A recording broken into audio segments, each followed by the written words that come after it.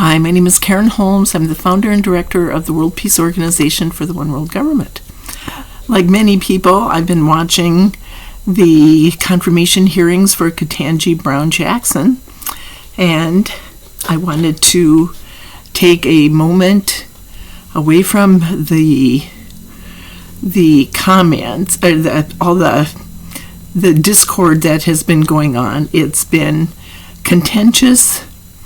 The Republican senators are working very hard to put a lot of blame on her for all the things that have happened. I wanted to comment about that today. But I took a few minutes off and I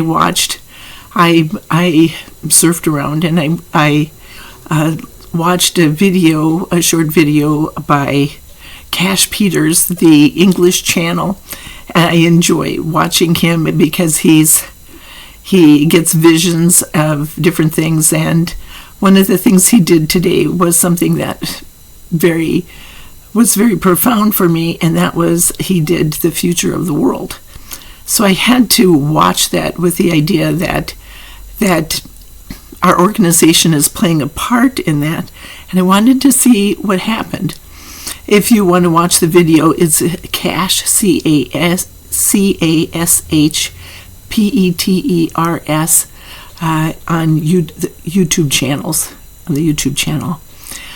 He talked about other things too, but then the last one he did was the future of the world, and based on today's energy, that's what he does. In his video, in his vision, he saw the Earth sitting in a sandy area, not a lot of vegetation around it. It was just in this, like a ball sitting in the sand, and this big, huge being, a man or woman or whoever it was, humanity, picked it up. This big guy picked it up and held it like a soccer ball, and then threw it up in the air, and then was kicking it like a soccer ball would be. Then it rolled over when he got done, and those were supposedly the tribulations that we're going through. He said every time it hit the person, that was like global warming, an issue that everybody was going to be facing, dealing with, addressing those issues. It was going to be like a blow to us. Then it rolled off, bounced off or rolled off, and went into like a trough area that moved to the left, and then it rolled for a little while. As it moved to the left, he felt that, he interpreted that as being changes that were going to come. I consider it to be like a spiritual change that happens. And then he saw it roll down into kind of an underpass, like down an incline, and into like a tunnel, and then it couldn't make it up the other side. There was an incline on both sides, and it rolled back into like under the underpass. But he carried the idea forward, and there was this freeway that if it had enough momentum to keep going, it would go up onto this freeway, and then our future would be so overwhelming that we cannot possibly imagine it right now. Well, I can kind of imagine it right now, because that's what my job is as an organization, is to help us get up onto that freeway idea. So first of all, we have to work on the tribulations that we're going through, bouncing off the man's arm, the soccer ball idea. And that's what brings me to comment about the goals, our organization goals, because one of them has to do with Ketanji Brown Jackson and what was happening on the confirmation hearings today. Our goals are posted on the website, on our organization website, up on top in the top navigation bar. But I'll read them to you here. We are working to bring peace and prosperity to all the countries of the world.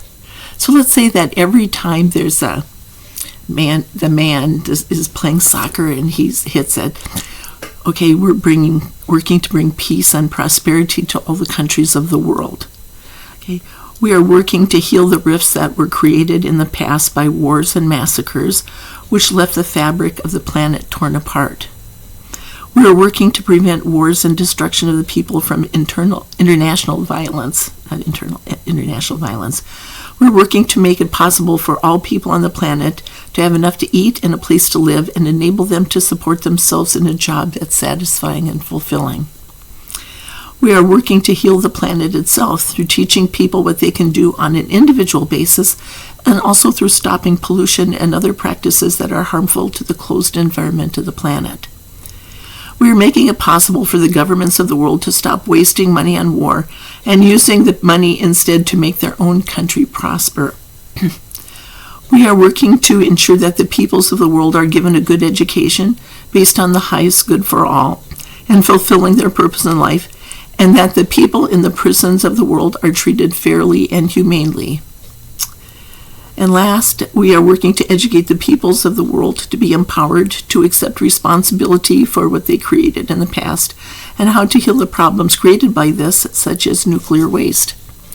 So the second to the last one, to ensure that the people in the prisons of the world are treated fairly and humanely. Okay, so that goes back to the confirmation hearing. The senators, the Republican senators, have been very hard on her, just drilling all the time about the decisions that she made in certain court cases and how she sentenced people who commit sometimes very heinous crimes like child pornography and the things where they were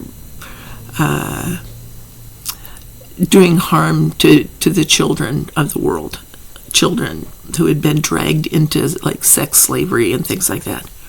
Okay, they felt that the things that her sentencing oftentimes they felt was low, and she explained that the guidelines that the senators had set up were things that were guidelines for her to set it up, but then she had to take into consideration all the factors involved. And then they brought up the idea that there was a recidivism rate associated with that.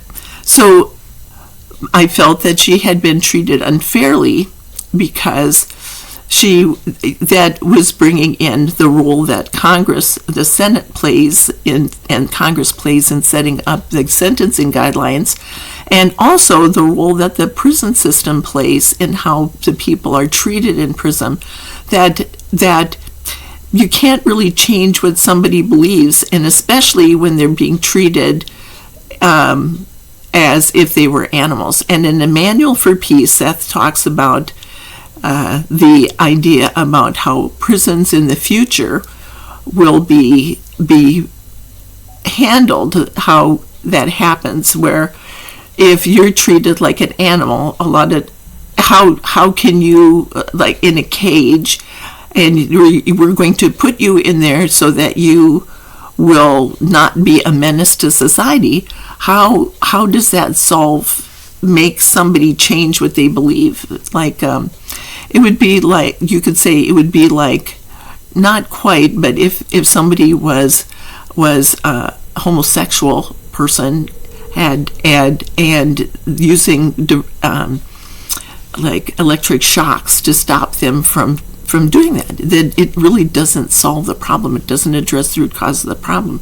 So what has to happen is there has to be a way for all of society to look at this idea that people are sometimes dragged into problems, into situations. They're like all the factors that Judge Jackson was talking about that she had to look at based on sentencing. So the Republicans, the Senate addresses the rights of the people. It's our legislative branch, and our government is based on the will of the people and the rights of the people. The will of the people is the House, based on the House of Representatives addresses the will of the people. It's a matter of majority rules in terms of population. The House is based on population. So a state with a large population has more representatives in Congress than one that has a very, very few people in the state.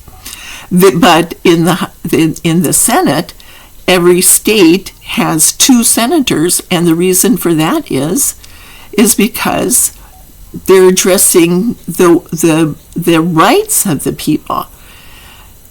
So if the Senate and the House or the Senate particularly is looking at recidivism rate, then they're also responsible for protecting the rights of the people. But where does this fit in? There has to be a way to solve this problem. And our organization, one of the things we're going to do, I'm talking back about the Cash Peters and the future of the world, and the man who's dealing with all the crises that we're facing by hitting them with like a soccer ball. What has to happen is there has to be a way to go and address the root cause of the problem, and then what it'll do is that will come up with a plan that benefits everyone, and then people have to be able to be treated like sons of God rather than criminals. Where we are right now, I'm going to tell you that I am in a storage unit, working in my storage unit. I'm wearing clothes that I bought at the thrift store because for one thing, it gets cold in here, and for another thing, it's an old warehouse that is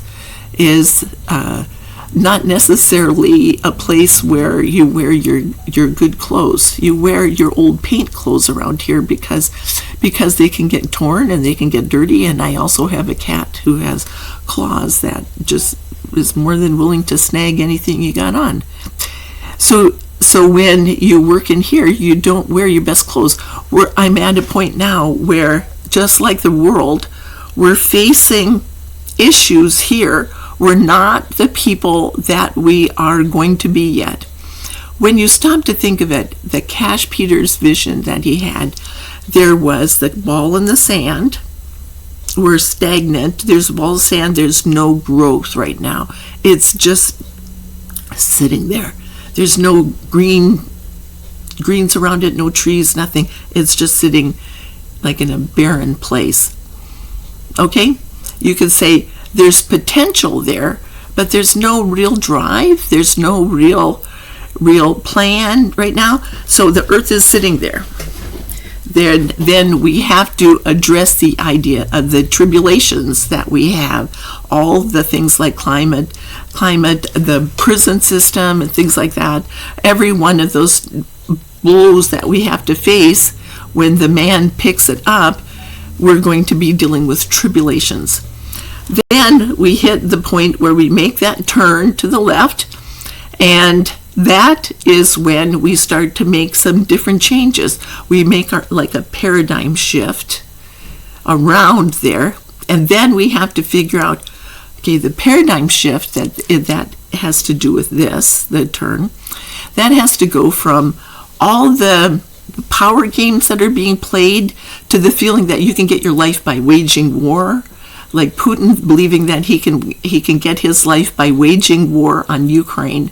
And in fact, I saw in one of the videos or on the news, whatever, that Putin had used last night, phosphorus bombs on Ukraine, and that phosphorus bombs are horrific. They're not targeting. They're terrifying. They are a crime. In fact, the United States has used phosphorus bombs, a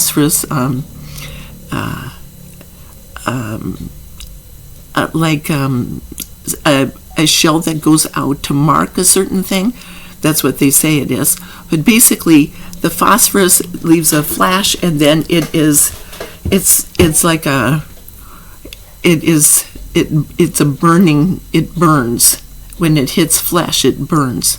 And if there's enough of it, it burns down to the bone. It burns you down to skeleton. It's a terrifying thing. And that has to be banned. Okay, so what he's doing now is terrorizing the people with that. So if he thinks that he can get his life by using phosphorus bombs on the population to destroy the will of the people, then basically what is happening now is those are crimes. And the United States might not address it because we have terrorism. We have phosphorus bombs also. Okay. Those have to be banned. Boom. For the soccer ball. Okay. But if people believe that war will get you someplace, nobody wins a war. All right, so as we make that paradigm shift, when we go around the corner, that's when we realize that we can get our life, but we can't get it by playing the games. Okay, so the third dimension is where we believe we can get our life by playing the games, and then it reaches the point where we go into the abyss because we can't get our life, like the end of life crisis. And then the paradigm shift to go up is where we believe we can get our life, but not by playing the games. So some people are kind of like back and forth, believing that they can get their life by this. It's like a bipolar kind of crisis. People make this shift, and then many people just keep on going. Okay, then as the ball goes off and it goes down this incline, then it's in a sense of darkness again. We'll be in the light but in the darkness, according to his vision. And then we'll go up a little bit but not have the momentum, and then come down into the darkness again. That's the point where we need to have, right now it's like a message to us that we need to keep our momentum going, and then if we can get the momentum to keep going up on the plane, that's when we we're on like he said, it's like a freeway where we are going, and we will just keep moving and moving into our future, and it'll be like the banquet table where we're actually creating the life. It will be on the rainbow, which is where we're creating the life. This is the promise that God gave to Noah after the flood. The rainbow is our mankind's evolution. Okay, all the way to the point where we reach the ultimate conclusion of our evolution. So these are our goals, and let's consider them to be like the things that we can work on in our organization, but we have to work on they're not very specific. And so as we look at these, we have to work on the environment, and we have to work on, we'll set up the international government, set up the departments and all of that. And then as we get onto that, then we will be able to go up in the future. So right now, like I said, this place right here is where mankind is. We're let's say in the sand. We're in a situation where we're in the sand. We haven't reached our full potential. We are sitting here. The problems that we're facing, the tribulations, are going to be the next phase. And that's how to deal with pandemics, cancer, health issues, all of these different issues that are climate change, the environment, banning nuclear waste, banning war, all the different things like that. Then we can get our life, and then we have to have the momentum to keep going to get up on there. And that's where, because right now the energy is that people are not, they're just tired, and we need to have the momentum that will carry us forward. So that's where like, sharing, and subscribing comes in.